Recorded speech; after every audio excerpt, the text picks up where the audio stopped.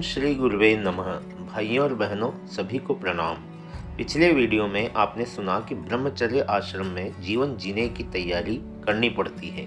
मतलब यह है कि संयम पूर्वक रहकर विद्या अध्ययन करना, शरीर को स्वस्थ रखना, अपने अनेक कौशलों का विकास करना एवं स्वयं भावी जीवन जीने के लिए सक्षम बन जाना ही ब्रह्मचर्य आश्रम का उद्देश्य है। प्राचीन समय में इसी रीति नीति का पालन किया जाता था। इसके बाद गृहस्थ आश्रम में व्यक्ति पारिवारिक जिम्मेदारियों को वहन करते हुए अपने परिवार का पालन पोषण करता है। परिवार ही समाज की इकाई होती है, या यूं कहें कि परिवारों से मिलकर ही समाज बनता है। यदि परिवार सुसंस्कृत है तो समाज भी सुसंस्कृत होगा। गृहस्थ जीवन प्रत्येक व्यक्ति का महत्वपूर्ण समय होता है। वह परिवार की जिम्मेदारियां वहन भी करता है, लेकिन अपने पूर्व के जीवन में जीवन जीने की तैयारी अर्थात ब्रह्मचर्य आश्रम में विद्या अध्ययन में कमी या जीवन जीने के कौशलों का अगर पूर्ण रूप से विकास नहीं हो पाता तो वह अपनी गृहस्थी में सफल नहीं हो पाता। गृहस्थ जीवन उसके जीवन का आनंद न होकर एक समस्या बन जाता है। आइए स्वाध्याय के इसी क्रम को आगे बढ़ाते हैं। एक आदमी अमृत फल की खोज में निकला। एक आदमी उससे बोला, मेरे साथ चलो। घर गया तो पत्नी ने अतिथि देव को देखकर तुरंत स्वादिष्ट व्यंजन बनाए और बड़े प्रेम से खाना खिलाया। बच्चों ने उनका सम्मान किया। उस आदमी ने कहा, देखो, आज्ञाकारी बच्चे तथा समर्पित पत्नी ही अमृत फल है, जिसे पाकर घर भी स्वर्ग बन जाता है। अब तुम्हें विष बेल दिखाता हूँ। वह अपने छोटे भाई के यहाँ ले गया। उसकी पत्नी देखते ही गुस्से से बोली, रोज मेहमान आ जाते हैं, मुझसे नहीं बनता खाना वाना, जाओ खुद बनाकर खाना खिलाओ या फिर बाजार से ले आओ। तब उसने कहा, देखो, स्वर्ग नरक सब धरती पर ही है। सुखी संतुष्ट परिवार स्वर्ग है तो कलह कलेश करने वाली पत्नी, दुराचारी बच्चे ही घर को नरक बना देते हैं। पति का दुराचरण भी घर को नरक बना सकता है। अतः पति पत्नी को काया और छाया की भांति रहना चाहिए। एक बार संत कबीर के पास पहुंचकर एक व्यक्ति ने पूछा, आपके सुखमय जीवन का रहस्य क्या है? तो उन्होंने अपनी पत्नी को आवाज दी और कहा, दीपक जलाकर ले आओ। पत्नी दिन होने पर भी चुपचाप दीपक जलाकर ले आई। उसने कहा, एक दूसरे के प्रति विश्वास और पूर्ण निष्ठा ही दाम्पत्य सुख की नींव है। वंदनीय माताजी एवं गुरुदेव इसी अद्भुत समर्पण के आधार पर इतना बड़ा गायत्री परिवार खड़ा करने में सफल हो सके हैं, जिसे युग निर्माण का मंदिर कह सकते हैं। जहां पति और पत्नी घुल मिलकर रहते हैं, वह परिवार स्वर्ग दिखाई देता है। एक उदाहरण मेरी व टॉमस का है। दोनों गरीब होने पर भी बहुत प्रेम करते थे। उनका विवाह दिवस आया तो दोनों की जेबें खाली थी। मेरी के बाल सुनहरे थे। टॉमस की इच्छा थी कि इसके लिए सोने का क्लिप ला कर दे। मेरी चाहती थी कि टॉमस की घड़ी के लिए सोने की चेन उपहार में दे। मेरी ने अपने सुनहरे बाल काट कर बेच दिए और सोने की चेन खरीद ली। इधर टॉमस ने घड़ी बेच दी और उसके लिए एक सोने का क्लिप खरीद लिया। जब उपहार देने की बारी आई तो देखा मेरी के तो बाल गायब हैं और पिन कहाँ लगाएं। इसी प्रकार टॉमस की घड़ी नहीं है तो चेन को किसमें लगाएं।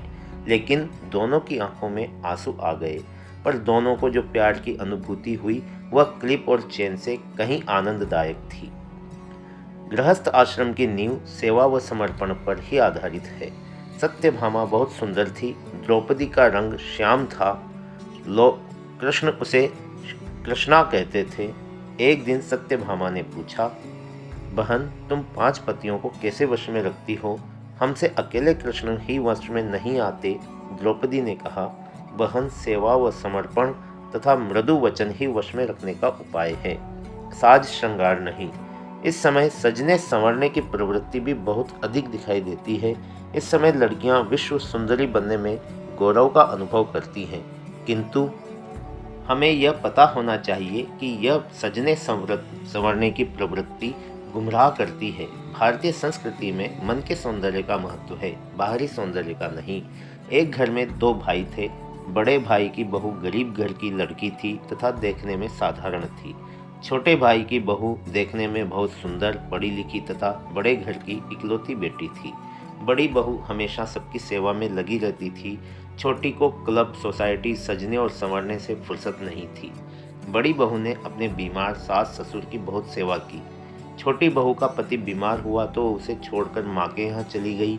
सब लोगों ने बड़ी बहू को सम्मान दिया। वास्तव में गुणों का महत्व होता है, बाहरी सुंदरता का नहीं। अतः इन सब प्रदर्शनों पर रोक लगानी चाहिए। इस समय अनमेल विवाह भी पारिवारिक समस्याओं का कारण है। दहेज के कारण कभी पढ़ी लिखी लड़की की शादी कम पढ़े लिखे लड़के से कर देते हैं, कभी बहुत अधिक उम्र के व्यक्ति से यदि शादी कर देते हैं। इन सब कुरीतियों को समाप्त कर देना चाहिए, तभी परिवार संतुलित हो सकेंगे। यह कार्य भी आप सबको मिलकर ही करना है, क्योंकि समाज की उन्नति के लिए सुंदर पारिवारिक व्यवस्था बहुत आवश्यक है। परिवार का आदर्श प्रस्तुत करते हुए महाप्राज्ञ कहते हैं कि भारतीय गृहस्थ का आदर्श देखना है तो चलो उस हिमालय की तुषार मंडित चोटी पर, जहाँ किशोरी शैलजा शिव को पाने के लिए तपस्या करती है। यह भारतीय गृहस्थ आश्रम के मंगलमय स्वरूप का शुभारंभ है, प्रथम दर्शन है। त्याग तपस्या का प्रथम चरण है। कुमार की उत्पत्ति तपस्या का मधुर फल है। शिव परिवार भारतीय गृहस्थ का आदर्श है। अन्नपूर्णा जगदम्बे मुक्त हस्त से सबको खिलाती और पिलाती है। शिव योगी होकर भी अर्धनारीश्वर बन गए हैं और सब कुछ माँ को सौंपकर निश्चिंत हैं। गणेश रिद्धि सिद्धि के दाता हैं और कार्तिकेय दुष्टों के संहारक। यही गृहस्थ का पूर्ण आदर्श है। जो व्यक्ति कहते हैं गृहस्थी जंजाल है, माया का पिटारा है, तो उन्हें राजा जनक एवं महादिदेव आदि से प्रेरणा लेनी चाहिए।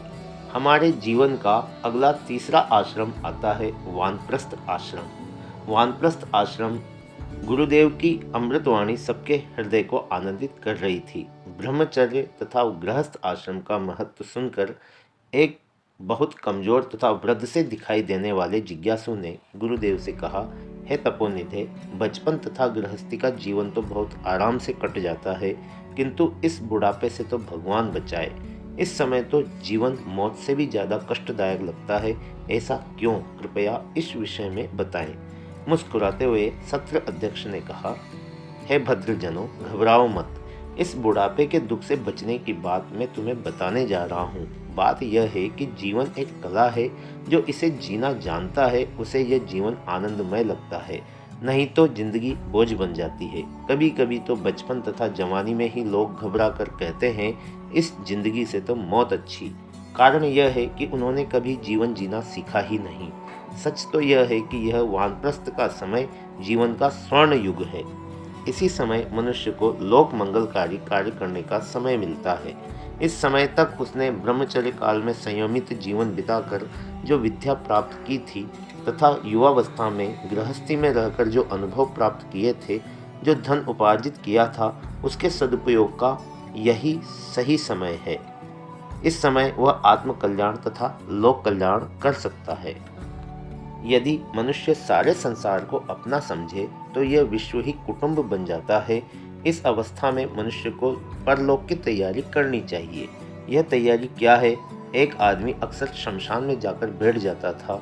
जब सब लोग उससे पूछते कि यहाँ क्यों बैठते हो, तो वो कहता, एक दिन तो यहाँ आना ही है, मैं स्वयं आ जाता हूँ। सब उसे पागल कहते थे। एक दिन एक सेठ की सवारी उधर से निकली तो सेठ ने उसे बुलवाया और उससे वहाँ बैठने का कारण पूछा। तो उसने कहा, एक दिन तो तुम्हें भी यहाँ आना ही है। सेठ जी बहुत क्रोधित हुए। उन्होंने कहा, तुम मूर्ख हो। मैं अब तक किसी मूर्ख को तलाश रहा था। मैं तुम्हें सोने की छड़ी देता हूँ। उस पागल ने कहा, मैं इसका क्या करूँ? सेठ जी ने कहा, जो तुमसे भी ज़्यादा मूर्ख हो उसे दे देना। वह छड़ी हाथ में लेकर घूमता रहा। एक दिन शहर की तरफ गया तो पता लगा कि वे सेठ जी बहुत बीमार हैं। उन्हें देखने पहुंच गया। सेठ जी से पूछा, कैसे हो? सेठ जी ने कहा, बस अब तो जाने की तैयारी है। उसने कहा, कहाँ जा रहे हो? सेठ जी ने कहा, जहाँ सब जाते हैं। उस व्यक्ति ने कहा, तो आपने यात्रा की तैयारी तो की होगी, ये धन दौलत क्या क्या लेकर जा रहे हो? सेठ ने क्रोध में कहा, तुम बहुत मूर्ख हो, वहाँ पर कोई वस्तु कैसे ले जा सकता है? उस व्यक्ति ने कहा, सेठ जी, मुझसे बड़े मूर्ख तो आप हैं। आपके पास इतनी धन दौलत, इतने नौकर चाकर, इतनी शक्ति, सब कुछ थी। यदि आप इस धन का, अपनी शक्ति का सदुपयोग करते तो यह पुण्य आपके साथ जाता। लेकिन अब तो समय निकल गया है।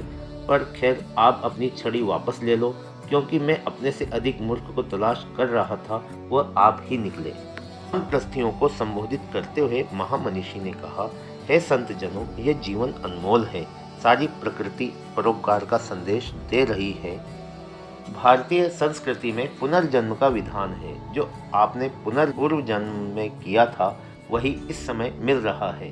अतः इस समय कुछ भी ऐसा कार्य करो कि आगे जाकर यह मानव जन्म मिले। इस समय समाज सेवी समर्पित कार्यकर्ताओं का अभाव हो गया है। जाइए उन देहातों में जहाँ किसान के रूप में भगवान आपकी प्रतीक्षा कर रहे हैं। आज साधु बाबा भी राम नाम जपने में ही अपनी कर्तव्य पूर्ति समझते हैं, किंतु सच्ची पूजा भगवान की यही है कि आप तन मन धन से दीन दुखियों की पुकार सुने। भाइयों और बहनों, आज के स्वाध्याय को अब यहीं समाप्त करते हैं। आशा है आपने इसे ध्यानपूर्वक सुना होगा और आपका सहयोग हमें लगातार मिलता रहेगा। इसी आशा और अपेक्षा के साथ आप सभी का बहुत बहुत धन्यवाद।